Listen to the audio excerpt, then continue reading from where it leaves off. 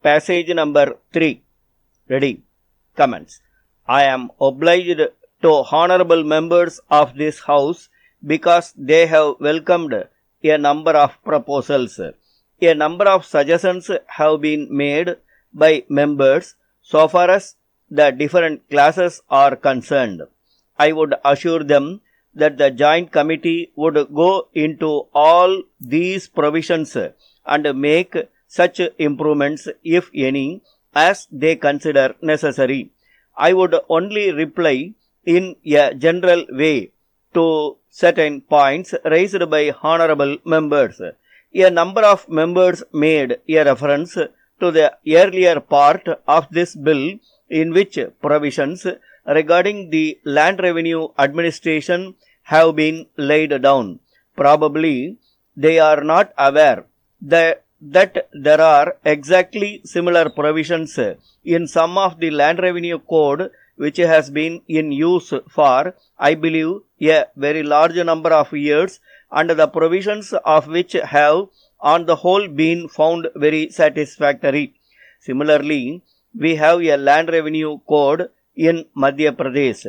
A large number of provisions in this bill concerning the land revenue administration have been taken from these two codes amongst others.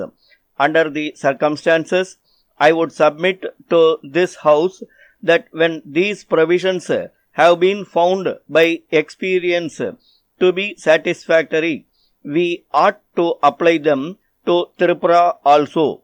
Had the honorable members seen that there were similar provisions in this land revenue codes about sales, record of rights, correction of boundaries, preparation of maps, etc., they thought that these were new provisions. They are exactly the same as contained in the original provisions made by our leaders during the framing of rules. Under the land revenue codes, a number of matters have to be decided by the land revenue authorities. One member was struck by a provision that all the property not owned by an owner vested in government. That is one of the fundamental principles on which the right to land is based. If any particular land is owned by a private person, then different considerations arise. Otherwise, as under the Maharashtra Land Revenue Code, some provisions have to be made because you cannot think of any property without any owner.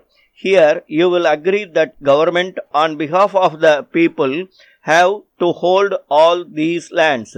That is the reason why such a provision has been made. Execution sales under the Land Revenue Act have to be provided for. Appeals have to be provided for, and it would not correct to say that these provisions have to be taken over from the codes of civil procedure or from some other legislation. The Land Revenue Code has to be complete in itself. In this territory of Tripura, it was found that there were a number of acts, but they were not up to date, they were not complete. That is why in this bill we have introduced in the earlier part all the provisions regarding land revenue administration. Then certain objections were raised regarding the principles that we had followed in making certain land reform proposals. In this connection, I may add that we have got the second 5-year plan where the whole question has been discussed in all its aspects and general lines have been laid down on which every state government is expected to proceed.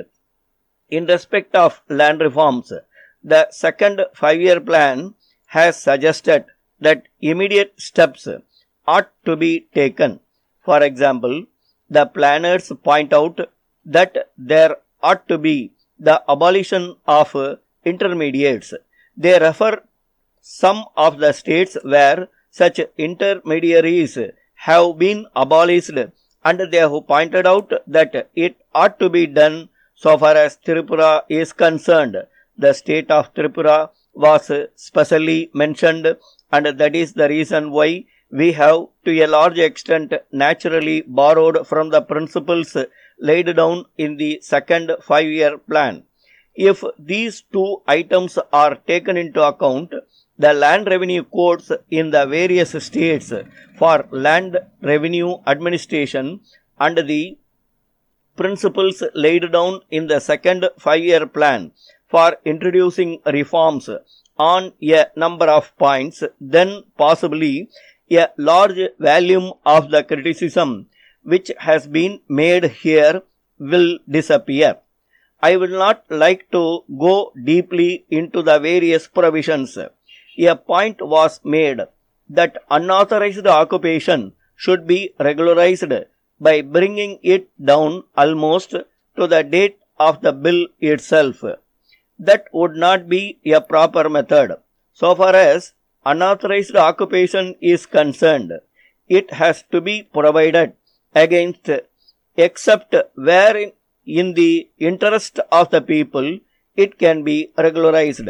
Another point was made that if a tenant or a person in possession did not cultivate the land properly, he ought not to be evicted immediately. I was surprised at my honorable friend contending that even if the land was not cultivated for 12 years, no action should be taken within 12 years.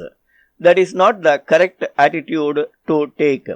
We should also understand that while the interests of the agriculturists have to be fully safeguarded, we have also to take into account the larger public interest of the country,